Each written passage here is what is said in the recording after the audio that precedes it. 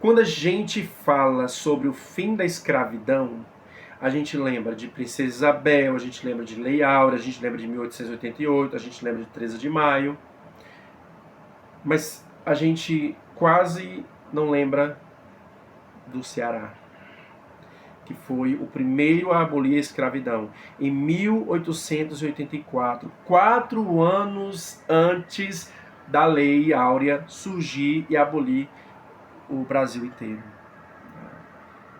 E isso levanta uma pergunta muito importante. Por que o Ceará saiu na frente? É exatamente isso que a gente vai tentar entender hoje.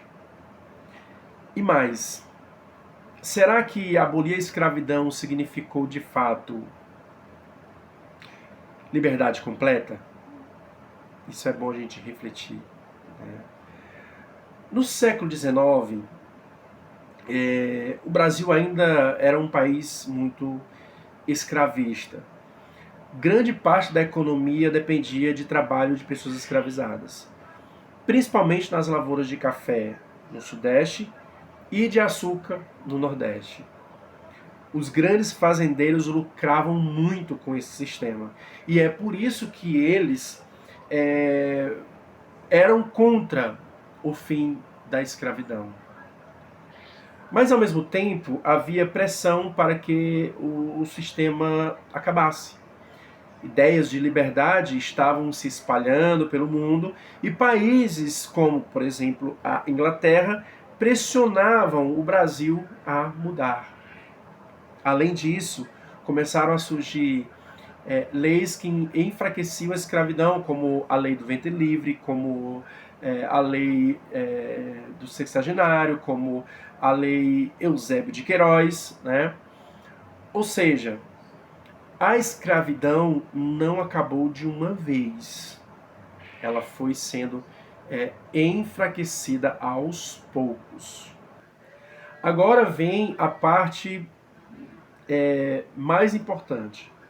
O Ceará não era igual ao resto do Brasil. Aqui a economia era menos dependente do trabalho escravo. Havia mais trabalhadores livres e menos grandes plantações. Isso fazia com que o fim da escravidão causasse menos impacto econômico aqui. Outro fator fundamental foram as secas, principalmente a de 1877. Ela provocou uma crise enorme, fome, pobreza e desorganização econômica. Nesse cenário, manter pessoas escravizadas se tornava cada vez mais difícil e menos vantajoso. Além disso, muitos escravizados eram vendidos para o Sudeste, onde o café estava crescendo. Isso enfraquecia ainda mais o sistema escravista no Ceará. Mas a abolição do Ceará ela não aconteceu só por motivos econômicos. Ela aconteceu principalmente por causa da ação das pessoas. Entende que quando a gente fala assim, o Ceará não usava muito mão de obra escravizada, a gente também precisa ter um certo cuidado. Porque quando a gente fala disso, a gente esquece. Ou seja, a gente está dizendo o seguinte, então é por isso que o Ceará aboliu a escravidão. Né? Porque não fazia muito sentido, tanto faz ter ou não ter. Não foi só por causa disso. Houve também a participação de pessoas muito importantes. Como um dos exemplos mais importantes foi a dos jangadeiros, trabalhadores do porto.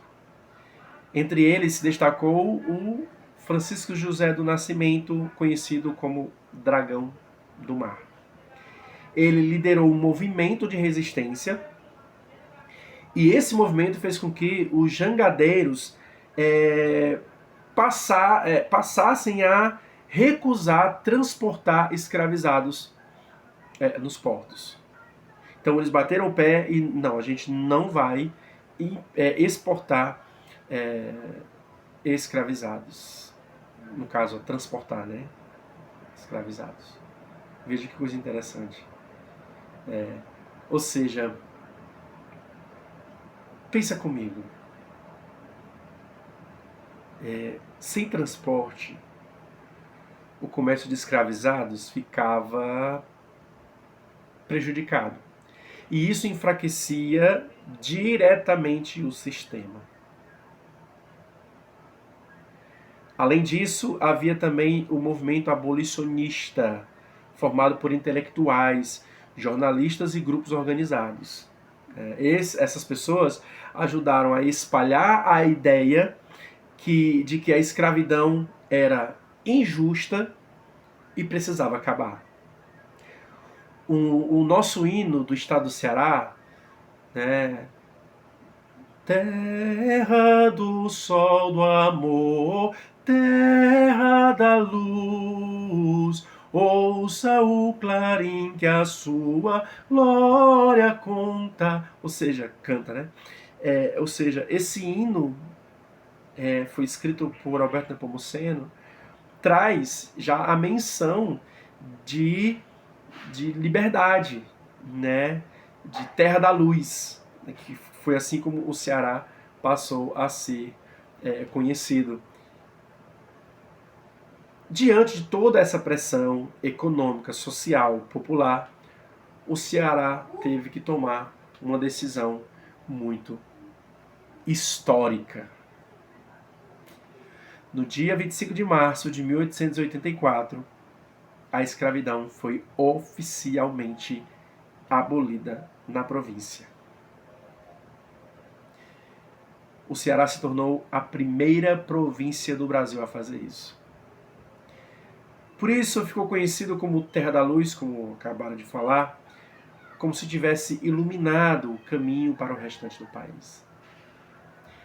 Também vale ressaltar, que eu esqueci de mencionar, que havia muitos abolicionistas várias fazendas que eles aboliram, deram carta de alforria aos escravizados. Então, antes do Ceará também oficializar, muitos fazendeiros já tinham dado carta de alforria. Ou seja, mas agora vem uma reflexão muito importante. A liberdade foi completa? A resposta é não. As pessoas libertas não receberam terra, não tiveram acesso garantido à educação e nem oportunidades reais de trabalho. Infelizmente. Então, a abolição da escravidão, falando agora no Brasil inteiro, ela foi boa, mas não teve nenhum tipo de inclusão social. Então, muitos continuaram vivendo em condições difíceis. Ou seja, a escravidão não acabou. A desigualdade continuou. Hoje, dia 25 de março, conhecido como Data Magra do Ceará, e é um feriado estadual. Mas mais do que uma data, ela representa luta, resistência e a força da população. A história do Dragão do Mar, do Ceará, ensina duas coisas muito importantes. Primeiro, mudanças sociais acontecem quando a população se mobiliza. Segundo, liberdade sem igualdade não é suficiente. E agora eu quero saber de você. Você já conhecia essa história? Comenta aqui. Um detalhe também que eu acabei esquecendo, isso aconteceu em Acarape, na fazenda de Acarape. E a partir dali, desse momento, mudou-se o nome para Redenção, justamente porque foi lá que surgiu movimentação, a abolição veio lá. A primeira cidade do Ceará a abolir foi lá, né, na Vila do Acarape, que hoje é Redenção. Redenção significa libertação, salvação, né? Mas como a gente viu, a salvação não foi completa, a libertação não foi completa. Ainda existe muito preconceito, ainda existe muito racismo na estrutura que precisa ser mudado, e isso só será mudado dependendo também da gente. Assim como várias pessoas, tanto de dentro como de fora, se mobilizaram, nós também podemos nos mobilizar e dizer não ao racismo. Viva a nossa história do Ceará, viva o Ceará, viva a liberdade.